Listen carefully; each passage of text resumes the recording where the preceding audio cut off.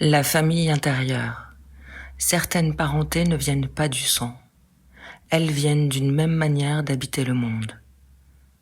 Il existe des œuvres qui ne nous enseignent rien. Elles révèlent une proximité que nous ignorons et deviennent, peu à peu, une famille intérieure. Ce texte explore cette filiation invisible qui unit certains artistes bien au-delà de l'admiration. Je n'ai jamais cherché des maîtres. Je cherchais des êtres chez qui le monde résonnait comme il résonnait en moi. Je ne les ai pas rencontrés, je les ai reconnus. La différence est immense. L'admiration garde une distance, la reconnaissance l'efface. Certaines œuvres ne m'ont pas appris à regarder. Elles ont simplement confirmé que je n'étais pas seule à regarder ainsi. Je croyais entrer dans un livre, je retrouvais une présence.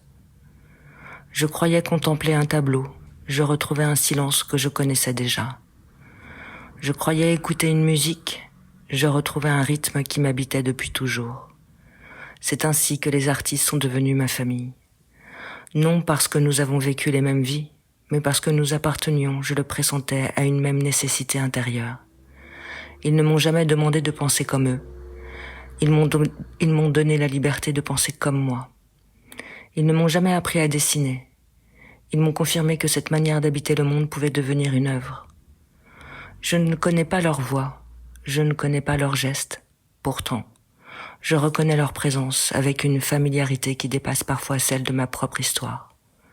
Voilà pourquoi je parle de famille. Une famille est faite de ceux auprès de qui l'on cesse enfin de se sentir étranger. Les œuvres les plus importantes de ma vie ne m'ont jamais offert un refuge. Elles m'ont offert une appartenance.